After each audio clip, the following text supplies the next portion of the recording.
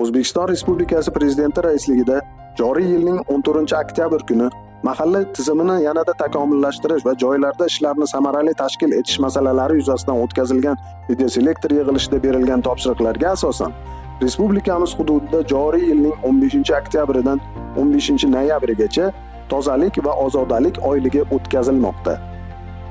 Ekologiya topshirib, ma'muriy bayonnomasini qonunda ko'rsatilgan chorasini tuzamiz. Ekologiya bor. Protokol tuzib, bo'pti, jarimani qildim, bo'ldi, xayr qiladi. O'sha yerda mana shuncha shaxs tarkibi texnikalar bor. Tozalatish kerak o'sha yerda.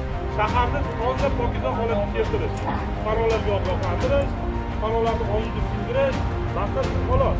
Tozalik va ozodalik oyligida Qo'qon shahri hududini chiqindilardan to'liq tozalash, belgilanmagan joylarga chiqindilarni olib chiqib tashlash holatlariga barham berish, aholi o'rtasida keng jamoatchilikni jalb qilgan holda profilaktik targ'ibot va tushuntirish ishlarini olib borish asosiy maqsad qilib belgilangan. Tadbirga obodonlashtirish boshqarmasi va maxsus sanitar trans korxonasining 40 dan ortiq maxsus texnika vositalari jalb qilingan.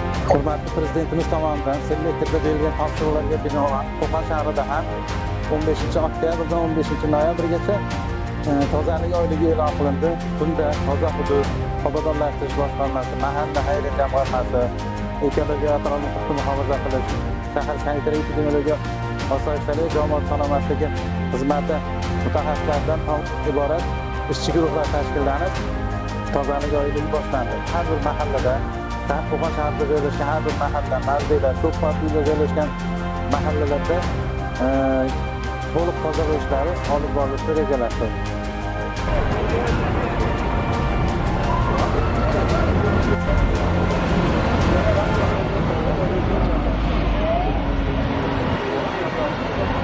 Qo'qon shahrida o'tkazilayotgan tozalik va ozodalik oyligi tadbirida barcha hamshaharlarimizni faol ishtirok etishga chorlab qolamiz.